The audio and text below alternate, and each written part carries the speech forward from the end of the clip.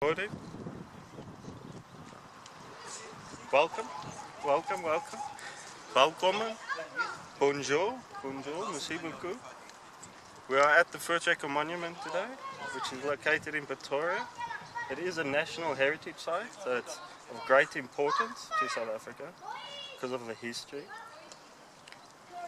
Today we're going to be learning about the Great Trek and the first pioneers that came to South Africa, adventured through to the interior of South Africa.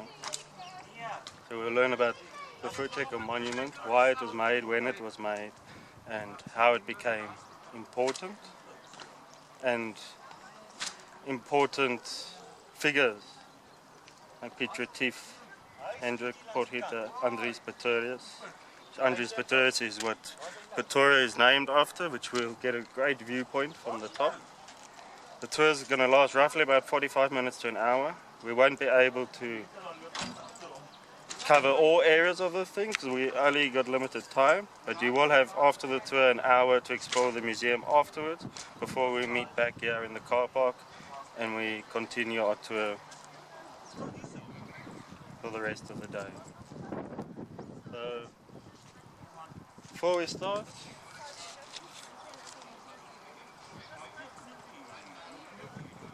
we will be covering, as I said, the aspects or elements of the outside. Certain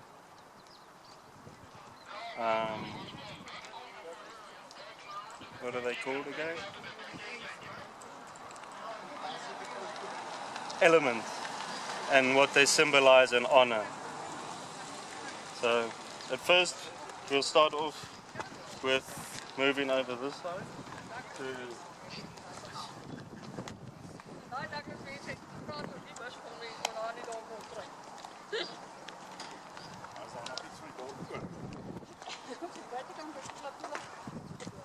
So as you can see now, we're standing pretty much in the center of the monument, which is 62 meters high, 40 meters wide, and 40 meters long. The architect was Gerrit Moedijk, and he actually left a signature, and not a lot of people know about. So if you look on the floor there, you'll see the M, which is his signature of the monument. I forget what they call this thing, but it was what they used to put the oxen on. They pulled the ox wagons. You might know what it was called now? A yoke. A yoke. Yes. Sorry, I forgot to introduce myself. I'm Mark Weber. I'll be your tour guide for today, of roughly 45 minutes to an hour, as I mentioned before. This is Sean. He'll be filming me today. I've got to do my assessment for the guiding tour.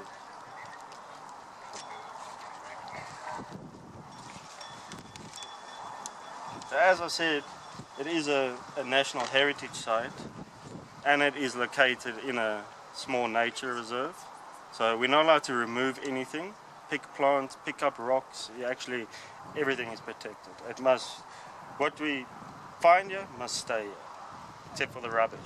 If you find rubbish, you can pick that up and throw away in the dustbin.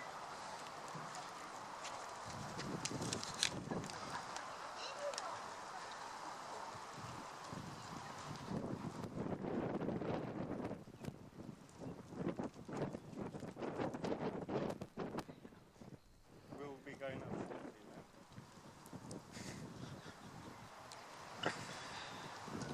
So just a little bit of interesting fact about me. I've been in tourism since 2008,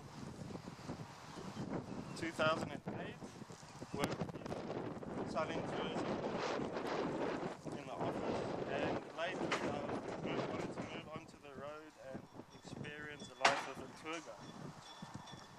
It is a bit windy today, so we're going to get blown away. Sun and elements. Hope you've got your walking shoes on because there is going to be a fair bit of walking. Sunscreen. We will move into the day shortly. And I have been told before that I look like Prince Harry. So afterwards there will be time for photo opportunities if you want to get a photo of the replica of Prince Harry. Although I'm not related to Prince Harry, I've just been told a few times that I've looked like him. So at the moment we can move on, we can move up the stairs and we'll start explaining the outside elements of the monument. Please mind the stairs now, please. Take it slow.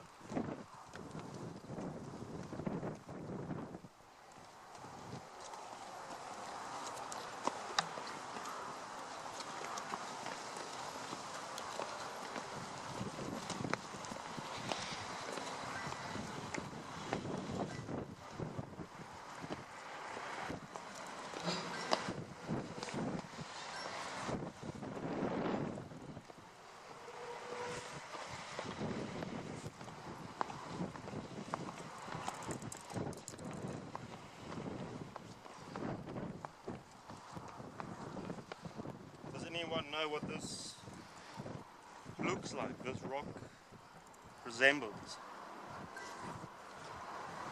A cook sister. Do you know what a cook sister is? Yes, I do know what it is. It's very sweet, very delicious. Comes from the Cape Malays. If anyone needs a toilet, now is opportunity. The next half an hour to 45 minutes, there will be no toilets inside. So if you need the toilet, now's the chance. And then I'll meet you just under the tree when you're ready.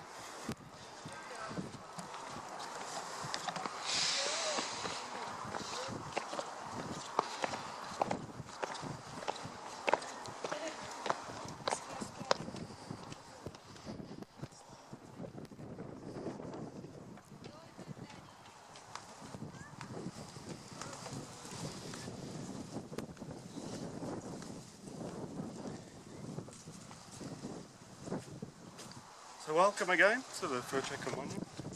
As you can see, we are surrounded by a laager of ox wagons, which was a defense mechanism for the Voortrekkers when they were camping at night. They used to set up their wagons in a circle shape, and they would be on the interior of the laager. If there was any danger that came during the night,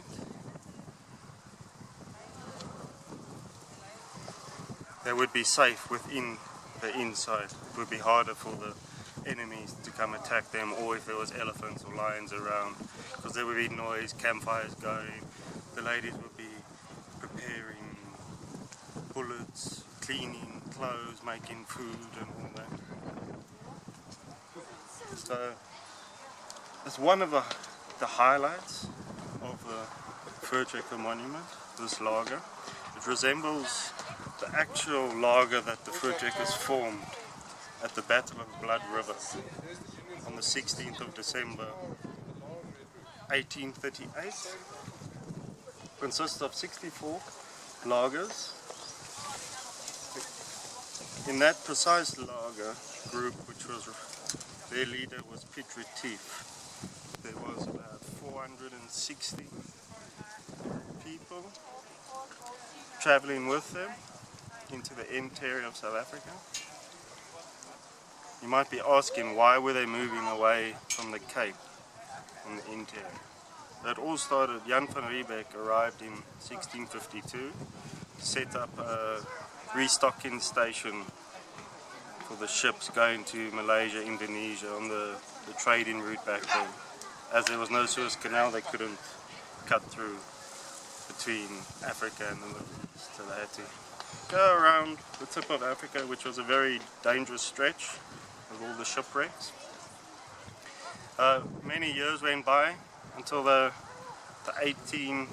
early 19th century, the 1800s, is when the British came over to the southern tip of Africa, and they came to colonize. So at first the European immigrants that were living in the Cape, which is now known as Cape Town,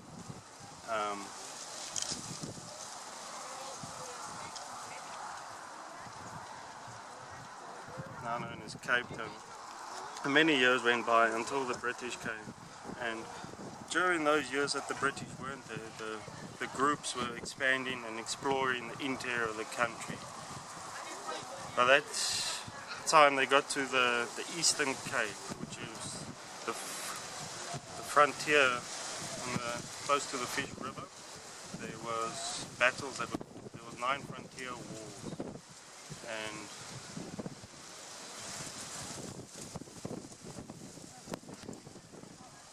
during those frontier wars, the British also arrived up there. Most of the people up on the frontier of the Eastern Cape were farmers, stock farmers. So they were settled there farming, plus one of the Xhosa tribes, which was one of the first inhabitants of Southern Africa. They weren't the original inhabitants, they migrated south from West Africa to East Africa from the 1st century. They got to East Africa maybe in the 10th century, and then they migrated down southwards. They were known as the Bantu tribes. And when they came from East Africa, they split into 2 groups. It was the Nguni group and the Tsweni group, which migrated more inland to the Kalahari, now known as Botswana, and the northwest of South Africa. The Nguni groups came along the coast, and they were settling, taking their technologies with them, the iron smelting that they discovered along their route. So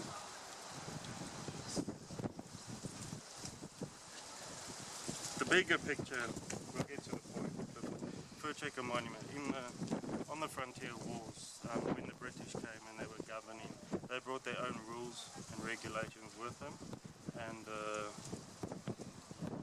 the farmers of that time, the Boers, they didn't like it. They wanted their own independence, their own way of life. They didn't want to live under British rule. They already left Europe 150 years before that, so they didn't want to live under, they wanted to self-govern themselves. So in the year 1825 or so, they were planning their routes. It wasn't until 1835 when they started to venture inland into the interior of South Africa. And they didn't know what was there, they didn't know what to expect. Their whole livelihood was their families and their cattle. They were all stock farmers, so you can imagine things were deteriorating on the Eastern Front because of the wars that were going on. So yeah, they packed up their ox wagons and they ventured into the interior of this country. They didn't know where they were going to end. There was different routes, different Voortrekker groups took. And you might be wondering why I keep saying Voortrekkers. So Voortrekkers, directly translated, means front pullers. Basically they were the first pioneers to move into the interior of South Africa.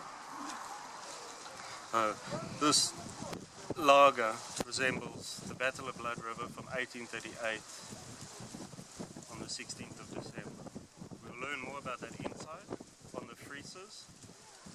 So now we're going to move up the stairs. We'll explain some external elements, which will take 10-15 minutes.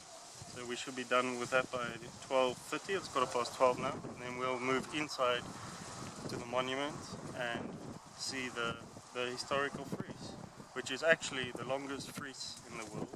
It consists of 27 different panels, and it was designed in South Africa, molded, sculpted in South Africa by 4 different sculptors. I forget their names. Piet Kruger. No, I don't even want to get that because I don't know their names fully.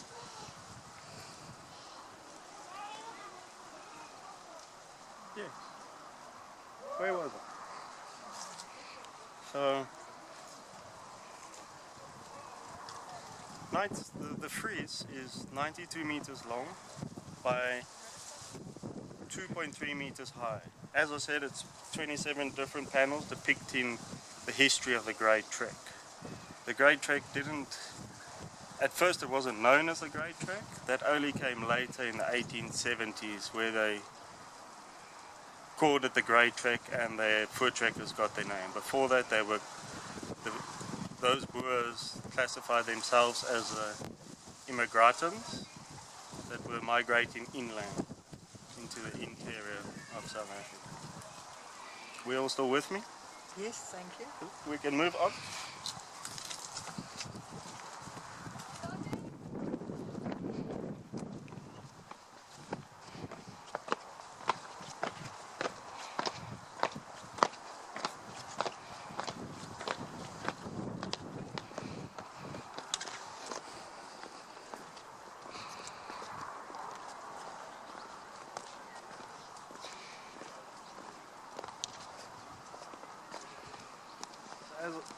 As I was mentioning, we've got some traditional African symbolism that different statues and different elements of the monument resemble different things and honor different people. So as you can see, you've got the statue of the lady with two children, and that is showing the courage and the honor that the woman played during the Great Trek. You'll see the animals on either side, above the lady and the children. Do you know what animal that is? Not the buffalo. Buffalo will be above the door, which we'll get. But it's actually black wildebeest. Oh, black. It's black wildebeest. We do get the blue wildebeest. It's not technically blue, it's just lighter in color. This resembles the Zulus' warriors. So King Dingaan, who was Zulu of the king of the Zulus at the time, this resembles his army, which was about 40,000 Zulu warriors. There is sometimes water that's seeping down, so it can be a bit slippery. And then we'll stop at the top of the steps and we'll have a view over Pretoria, and I'll point out some facts.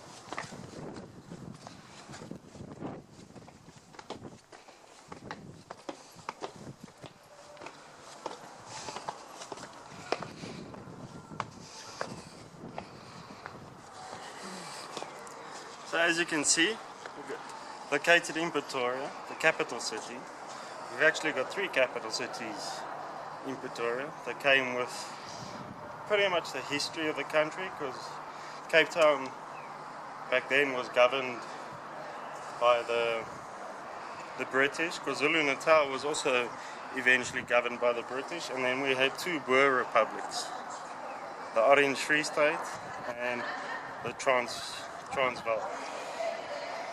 So as you can see on the far side there's a big long building just below the hill. Oh, yes. That is the government buildings, the union buildings. That's where the government of today sits, and they rule the country. Run the country, should I say.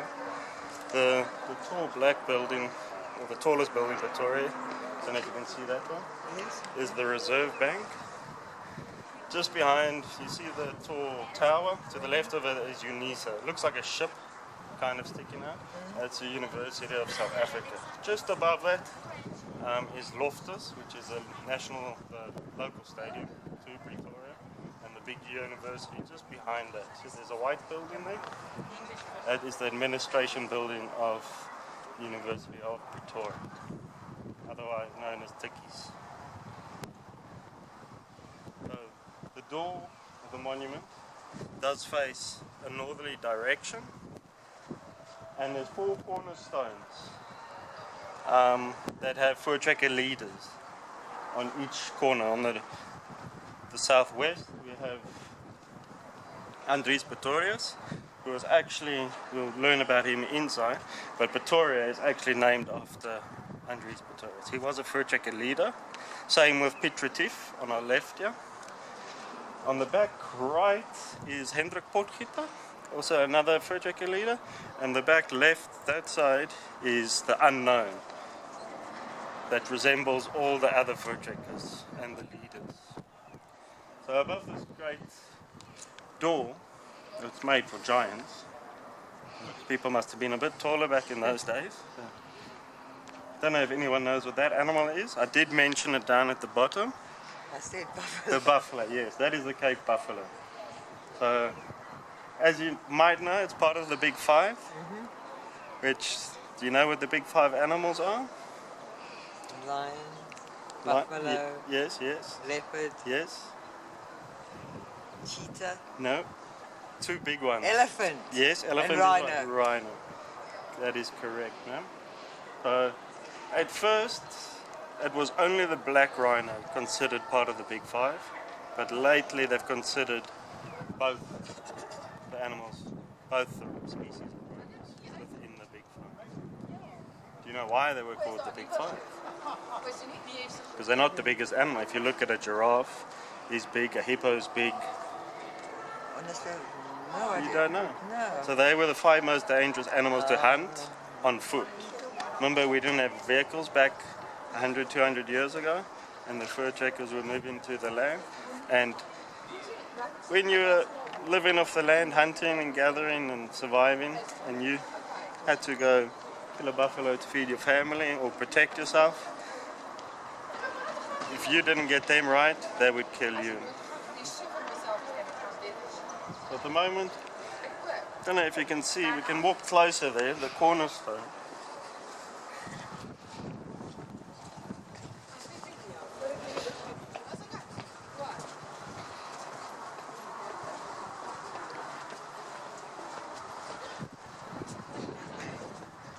This was the cornerstone, which was the first, one of the first blocks to be laid down on the foundations.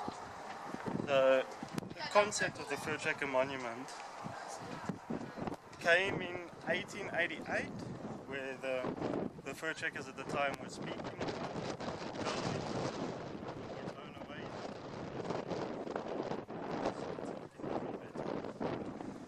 So the first concept came 1888, but it wasn't until 1931 where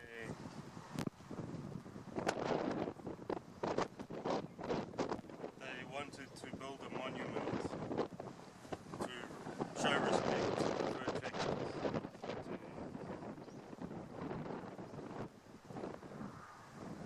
to give them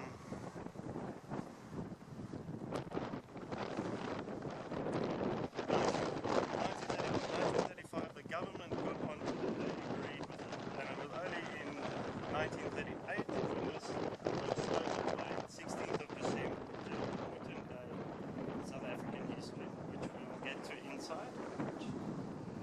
So within this cornerstone, it was laid, as I said, by the first stone to be laid, by three descendants of the Voortrekker, three direct descendants.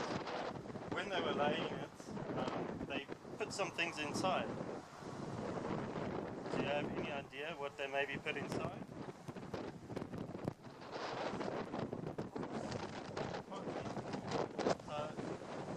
They actually put inside a copy of Dingaan and Piet treaty, which I'll explain more in depth inside. A copy of the vow that the Voortrekkers made a week before the Blood River that happened on 16th of December. The Dutch Bible, original copy of the Dutch Bible, which wasn't a small Bible. So downstairs in the museum, which you'll have time to browse around afterwards, you will see that the Bibles are, it's a weapon in itself. It's the size of this granite slab there, the Bibles were. So it is made from local granite. It's sourced from around South Africa. So I named the four things. So we had the copy of the vow, the Bible, the Dutch Bible, the treaty between Dingaan and Piet, and we had one more. Yes, the copy of the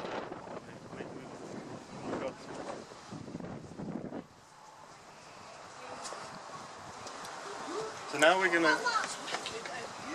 gonna enter the interior. It might be a bit noisy and echoey, but we'll find a quiet corner and we'll explain the certain friezes. So as I said, the friezes is the longest frieze in the world, 92 meters long. It consists of 27 different panels that were made in Italy and shipped over in pieces and then assembled. Yeah, the sculptures were sent from South Africa to Italy, but instead of sending the Italian marble that they used, because the marble in South Africa was too brittle and not good for friezes, for sculpting, so they actually sculpted it there because you would be charged on the ships per weight. So if you sculpted out half the marble, it would weigh lighter. So it was easier for them to sculpt it there. It was 4 different sculptors and about 40 different people involved. And then it got shipped over here. Okay, we can move indoors.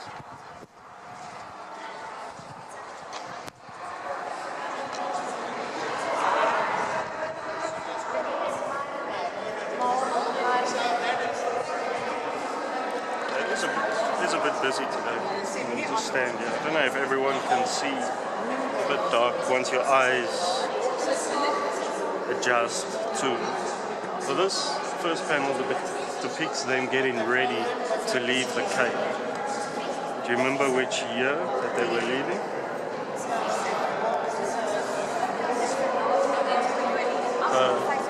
1835. The Voortrekkers started to leave the Cape because of the British governance and British ruling and the state of living.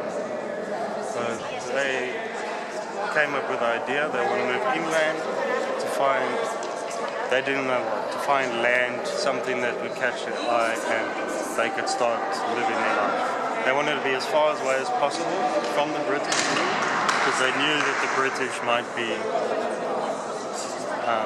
coming up behind them.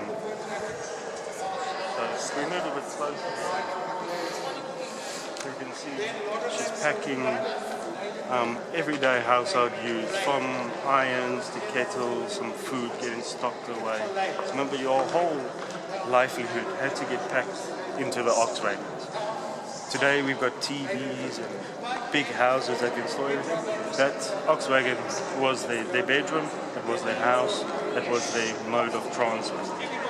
As I said, they were livestock farmers, so you can see their cattle as well. Sorry, I don't have my laser beam here today, otherwise I can point out. And then you had the oxen that were pulling the ox wagon.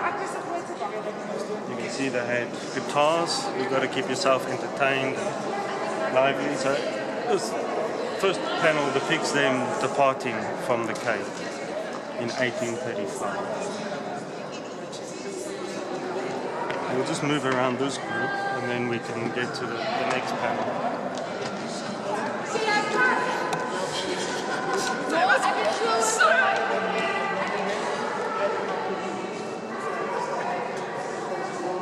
You still alright, man? Yes, I'm fine, thank you. You're still good? You can stop it and then we'll... So, I don't know if you can see this first panel above the door and the second panel. This is the first group of Voortrekkers that departed the Cape in 1835. I don't know if you've heard of Voortrekker. There's a town in the north of South Africa. It was named after this Voortrekker leader. They were the first ones to depart the Cape. If we have a look on this map quickly, let's show you. Any questions?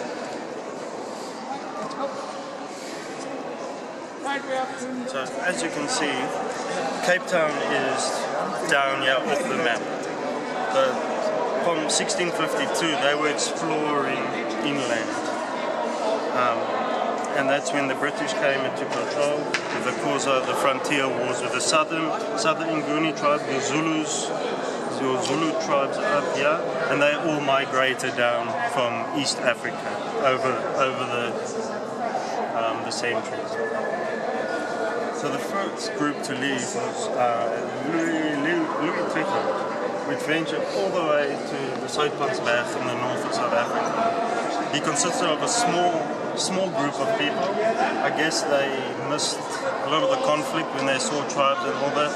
They bypassed a lot of the tribes, so they didn't really get conflict from any other tribes. When they got to the Soutpansberg, a lot of them were falling ill from malaria. So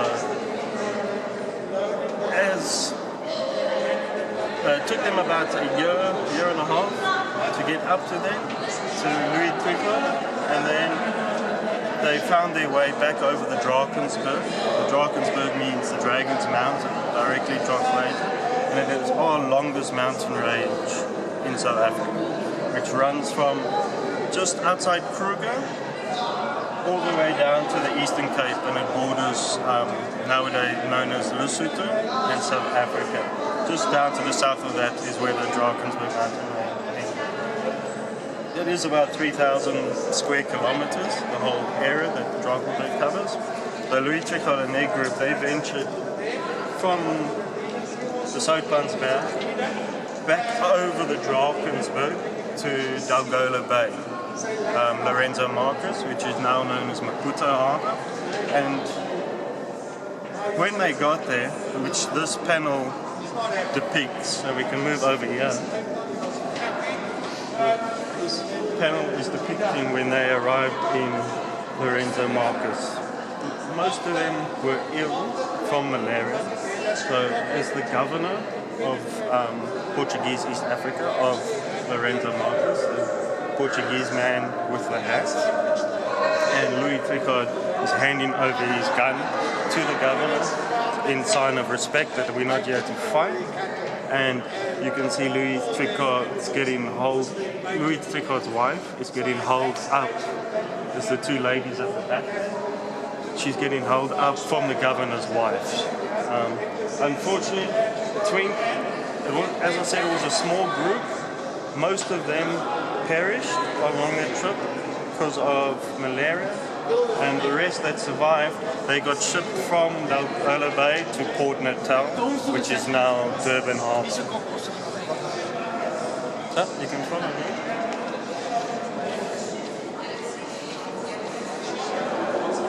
Everyone still with me? Still keeping up? I know it's a lot of information. It's a lot to get in. It's a lot for me to get in as well. So this is also another important battle that took place. I don't know if you've heard of the Ndebele tribe. So the Ndebele tribe was located in the Zulu land, but with Shaka Zulu, who got murdered by his half-brother, King Dingaan, when King Dingaan took over, he was causing havoc with the other tribes, with the Sotho tribe, with the Ndebele tribe. So a lot of those tribes fled that area further north. So this is Voortrekker, the Battle of Voortrekker, where the Voortrekkers actually lost all their cattle. They hold off the Ndebeles, but all their cattle was stolen from them. So they couldn't move their ox wagons, they had no food, so they were pretty much stranded. You'll see the young boy in the middle with the ammo, the little leather pouch. It's actually filled with gunpowder, and he was filling the muzzle of the Voortrekkers that were battling, the soldiers basically, pretty much. So everyone had a role, from kids to the women had a role, and the men defending and feeding. I don't know if anyone knows, if you know who that young man might be. He was a very important man, part of the Great Trek, and he was also a former president of South Africa, and there's a famous park named after you. You're correct, man. He was an 11-year-old boy there that was helping. He was pulling up one of the muzzles of the guns. As I said, this monument started to be built in 1938. It was finished in 1949, inaugurated. So it took 11 years to build, and that's how I remember how old it is.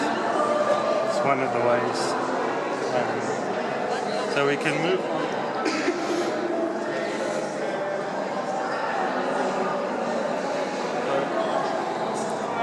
The man with his hand on the Bible is a very important leader of the Voortrekkers. Because at first, when the Voortrekkers departed the Cape, they were all in their family groups and friends, and there was no one in control. And eventually they needed one strong leader to take control of them.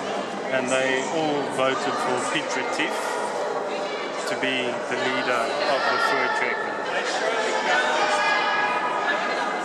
We can move on to that.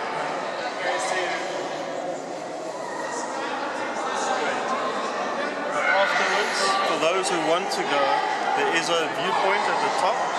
There's a spiral staircase that goes up in that corner. Just mind your head and watch your step, because it is pretty narrow and it twirls around in a circle. Otherwise, for those who don't want to walk up the stairs, there is a lift in this corner that you can get up and grab. So we'll go.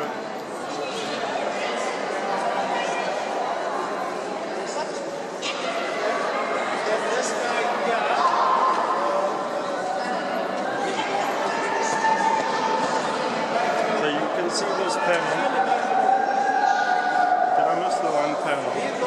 No, sorry, we'll go back to this one. So this is the panel where you can see. This is the panel where they met up with the Badalong tribe after negotiations and peace. It's one of the peaceful tribes in South Africa. Don't know if you can see the dog there. That was actually the architect, Gerrit Mude. That was actually his own personal dog that he bred for, which also resembles the dogs that they had back in those days. They were like greyhounds, but they were interbred with other species, but they were pretty much like a greyhound dog.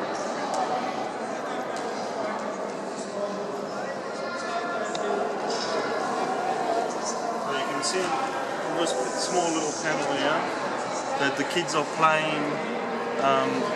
It's a peaceful life. This was actually the northern end of the Drakensberg, just on the Free State and the Natal border, close to nowadays Staffordshire Dam. And you'll see the kids will be playing with bones that's actually resembling their ox wagons, and the ladies will be playing with little dolls that the mothers have made for them. As we were going down the Drakensberg, you can imagine you don't really have brakes on the ox wagons, you don't have engines, you got your oxen pulling. So when they went down the Drakensberg, they would take off the back wheels and put logs and sticks to slow them down going down the hill. Of course you would have men on horses, and you can see there's men holding it back with the oxen, also trying to go down. Hopefully the wagon doesn't go out of control and run away. Sometimes they did have to dismantle the whole wagon and take it over piece by piece, and you can imagine 1,000 ox wagons that they have to take over up and down the hill and then reassemble, and then they can really carry it. Plus you got your whole livelihood in there, so it wasn't an easy task for the people.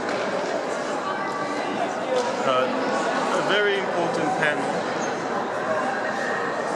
This is Pretoria, who was a leader of the Voortrekkers.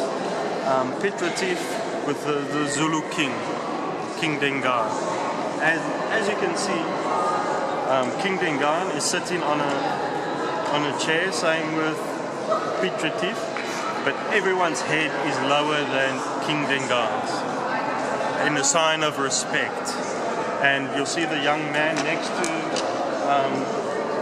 Dingaan with his hand cupped like a bowl, because Dingaan believed every time he spat and his spit would hit the ground, traditional healers and people could maybe do something to his spit and witchcraft. Remember, the African tribes believe in a lot of spiritual beliefs and life, ancestral life.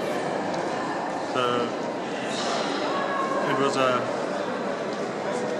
sign of respect. Everyone had to be below. It's still the same nowadays within the chiefdoms, where they got to respect the chief. I don't know if you guys can notice, so it's Piet Retief with his crew, with his comrades, that when they came to sign on the peace treaty, they didn't all come together. They left the women and children at Kappenberg, and Piet Retief took some volunteers with him to go sign this peace treaty. The treaty was for a piece of land that the Zulus were going to give them. But there was one agreement that Dingaan made with the Voortrekkers. He said, we're getting some quiet. Very nice. King Dingaan said to Piet Retief, if he can, before he was to sign the treaty, the agreement for the piece of land, Dingaan's cattle was stolen by another local tribe, and King Dingaan. Sorry, I'm getting distracted with the beautiful singing. Dingaan said, "If you return my cattle to me, I'll give you a piece of land." So this panel depicts the signing of the treaty. It's difficult now with the... It is very difficult. They didn't ask for my... Interruption by a choir that's performing tonight at some competition.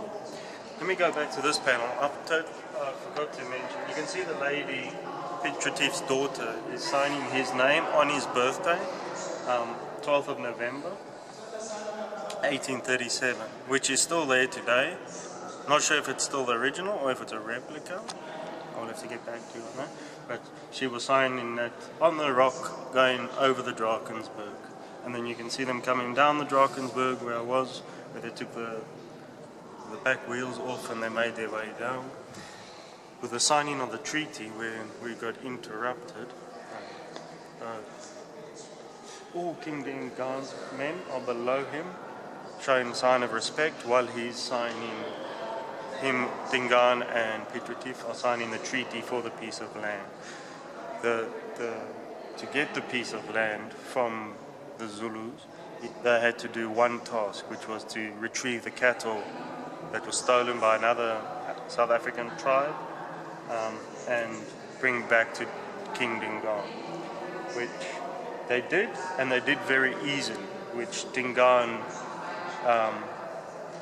thought they were wizards because they already defeated the Indebele tribe, and now they retrieved the cattle back that easy. That easy. So King Dingaan had something else in mind, which depicts in the next panel, which we'll get to. As you can see, it's Piet Retief with only the men. The women were left back at Blaukrans and Wienen, while the men went and signed the treaty. So the night, or the day that the Piet Retief and the Voortrekkers were going to leave Dingaan after signing the treaty, Dingaan offered them to come back inside into his compound, where there was about 40,000 Zulu warriors, or Zulu, not all warriors, but women, children, all that live in there in the compound. Which you can see the man with out the hat he was actually an Englishman. So the rest were Boers, Voortrekkers. He was the translator, the man without the hat, between translating from Zulu to Afrikaans English. He was fluent in Afrikaans. So that night, as they were about to leave back to the woman, they got invited back in to the King Dingaans to enjoy last meal together. So, unfortunately, that didn't pay out, and all of Piet Retief's people, Piet Retief that night, as they were feasting on the meal, Piet Retief asked, "What's that noise on the outside?" Because he could hear noise on the outside. And King Dingaan said that's his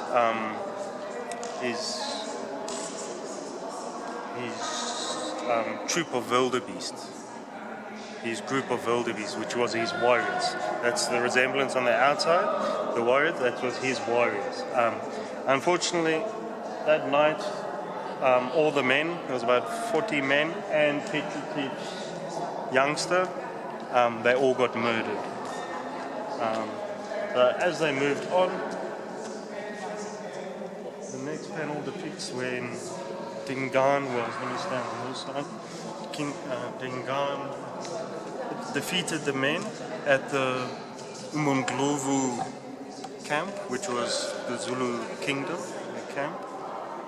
And this was the Zulus going to where the women were camped, up in their lager by blowplants and women. One of the things on this original panel that the government in the 1940s, they didn't allow it, there was big protests. You'll see the man holding the torch. So that is not the original piece. Before it was shipped over to Italy, with the protests in the government, they were told to take that piece out. So this panel depicts the Zulu warriors murdering all Piet Retief's children and women. The original piece is still downstairs in the museum, you'll see it there. He was actually holding a baby and throwing a baby into the Volkswagen tires. But it was so gruesome that the government in 1945 didn't want it to be displayed, which is understandable. That is a very cool. So they replaced it with a torching flame. But as you can see, all the people were getting murdered, from the young babies getting murdered by the Zulu warriors. And in fact, when the Dingaan was murdering all the Voortrekkers, they went to sign the peace treaty. He kept Piet Retief alive until the end. He had to watch all his people die, including his young son, that he's just pointing at with the laser, which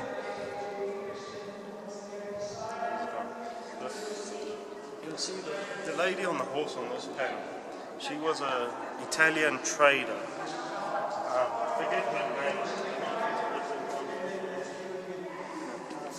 her name. She was an Italian trader. So it wasn't just Voortrekkers, which were mainly of European descent, trekking from the Eastern Cape, as I said. About 20,000 of them over the years, with their coloured servants that they took. And this lady, she witnessed the commotions going on at Blauwkrans and Wiener, and she turned around and went to the other lagers, Voortrekkers that were still moving up from the Cape. And she went back and actually warned them that what happened to Piet Retief's group of Voortrekkers. So they were all wiped out? They were all wiped out, yes. From Piet Retief's, and the whole of Piet Retief's group was wiped out. That led up to the Battle of Blood River, which we'll get to. So this happened in February of 1838.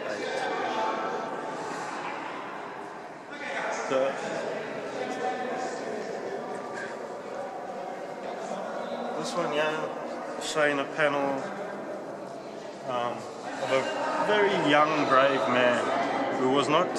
So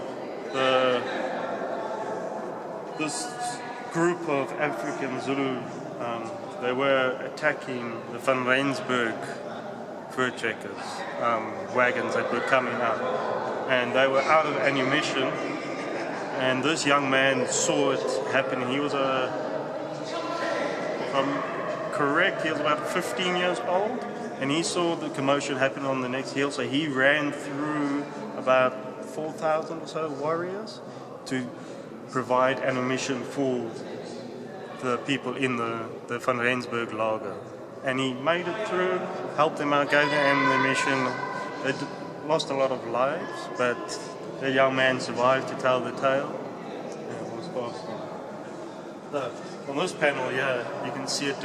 The men are looking very sad and sorrow for themselves because of what just happened with all the battles and all that. They were defeated. They were thinking, should we go back to the Cape and live under British rule? And the one lady, you can see she's standing pointing. She said she'll rather walk back over. It was Susan Smith. She said she would rather walk back over Drakensberg, Kalfoot, which means walking back over the Drakensberg barefoot. And if you know, the Drakensberg is very steep and rugged. During winter, it's cold and snow. And she said, we will walk back over the Drakensberg than live under British rule. So they got the men's hopes up again, and they ventured back over the Drakensberg and cheered the men up. We'll move on. This panel here, just a week before the Battle of Blood River, which happened on the 16th of December, 1838, which we'll get to now, it's the next panel. This is the new leader that came to the group. After Piet Retief was murdered, they needed a new leader, and this was them getting a new leader. They came up. I don't know if anyone will know the new leader. He is one of the cornerstones that I mentioned, and the city of Pretoria is named after him. Andries Pretoria, that is correct. The Andries Pretoria was a new leader of the Voortrekkers, and you can see he's standing on a cannon, which is downstairs, which was known as Frikkie. And it's downstairs in the museum, which we'll see after.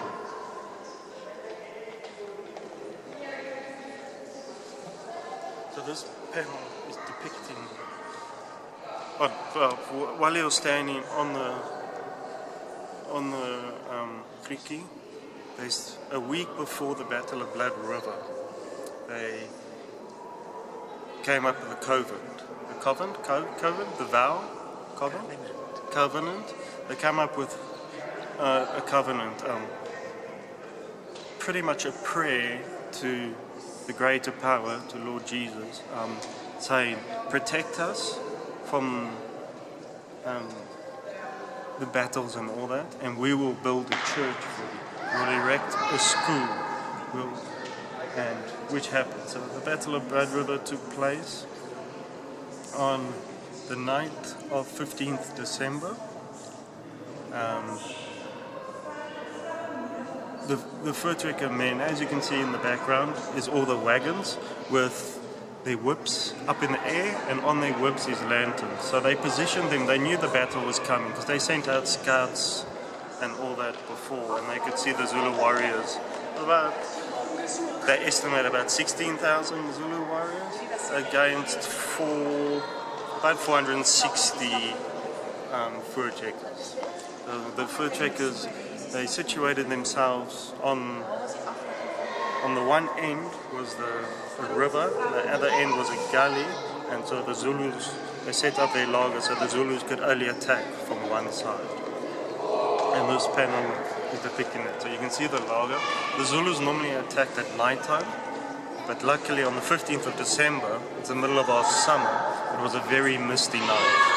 So a lot of the Zulus were skeptic, like we shouldn't attack. This is their greater power speaking to us. That we shouldn't attack. But Dingaan said no, we're attacking. night, but the mist came down, so as the Voortrekker, they set up their lager, they put branches and thorn trees, tie the lagers together, and they hang up their lanterns on top of this koppie on a hill. The night came. Every night they were saying the covenant, the vow. Again on the 15th of December that night, they said the vow.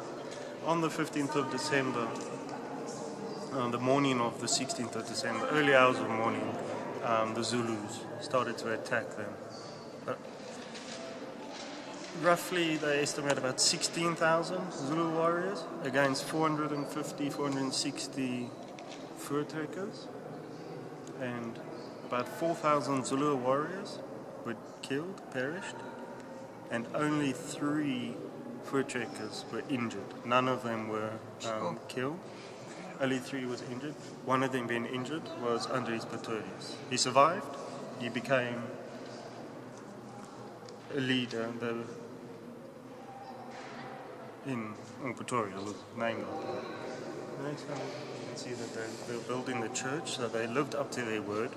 They said they will build a church, which built in Pietermaritzburg. It's still there today. And it's a museum inside, which also resembles stuff from the Voortrekker age and a lot of the African tribes as well. They've got certain things in there.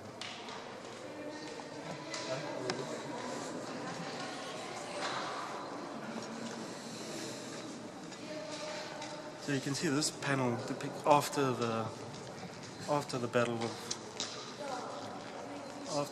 of Blood River, which the Voortrekkers named the river that they were situated at. After the battle, they named it Blood River because of all the blood. The river was red with all the death. This is everyday life after the Battle of Blood River. So you can see the ladies here, they're sowing the ground, farming again, and also the men were out on scouting trips, exploring other areas, and the women had to defend themselves. So, while the men weren't there, you could see the women are defending themselves from the other tribes that were coming to attack. This panel is very important. So after Dingaan was defeated, which is on the back panel on that side, he fled north from the Zulu King. I don't know if you know Durban area. So north of Durban you got the Zululand, and then just north of the Zululand you get Eswatini, which was previously known as Swaziland. So Dingaan fled up to that area away, but he burned down his whole kingdom. When the Voortrekkers got there, they saw that it was all burned down. He had fled further north, and the Zulus got a new king, Mapande, in the 1840s. And this is the Voortrekkers and the Zulu tribe making peace with the new king. King Dingaan fled north, and he was murdered by the Swazis, which they've been battling for years. The Swazis and the Zulus never got along. We'll move on, coming up to the final stage.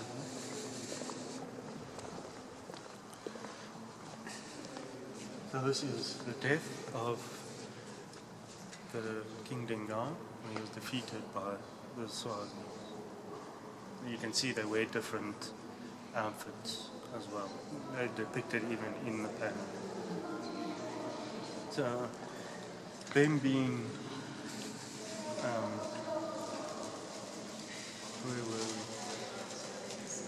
this panel depicts them again, because remember the British, as the Voortrekkers were going north, the British were kind of following. Then the discovery of diamonds in the 1870s. This is, of course, the discovery of diamonds was afterwards, and the discovery of gold in Leidenburg area. This depicts them going back over the Drakensberg, moving away from the British rule. Governance. They remember they wanted to self-govern, they wanted to live their life self-govern and not live under European British rule. And this This is the final panel that depicts the signing of the treaty between the English and the Voortrekkers. And this pretty much they signed the peace treaty,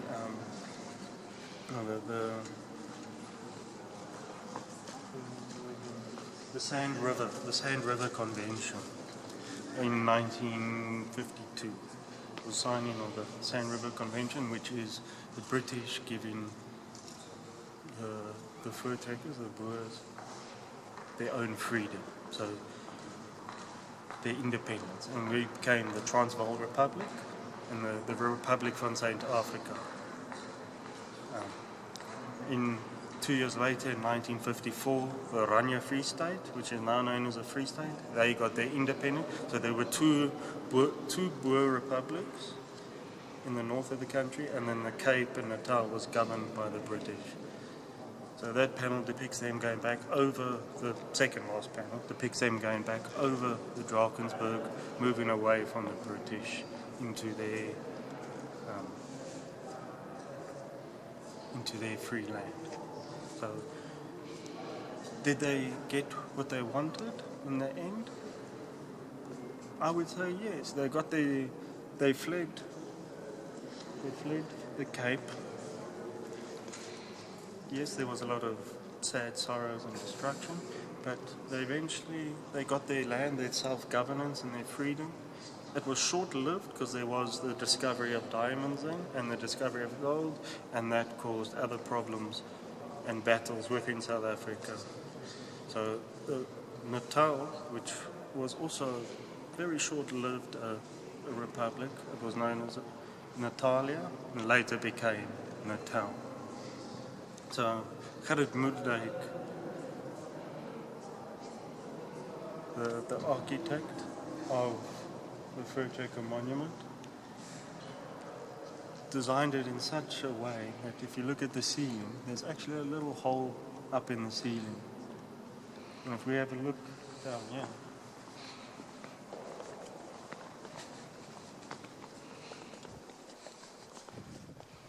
there is a grave, which is not known as a grave. It's not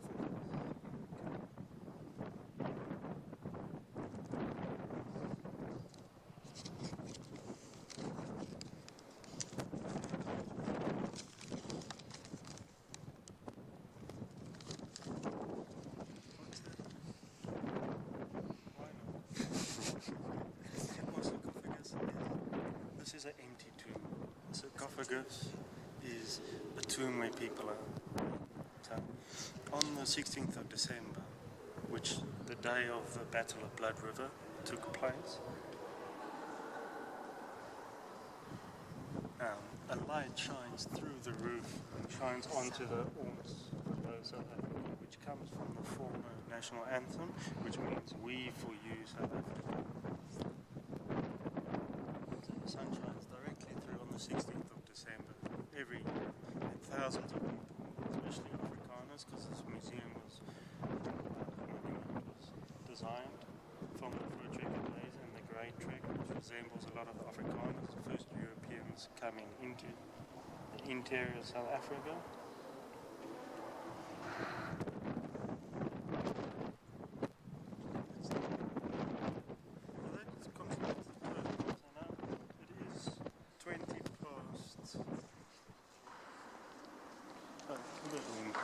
So it is 20 past 1 now. We did get delayed by a group, but if you would like to have a look around, I'll give you until 2:30, and then we can move. So an hour and 10 minutes. So up there, the staircase is there if you want to view of Pretoria. Otherwise, down those stairs goes into the museum, and it's got replicas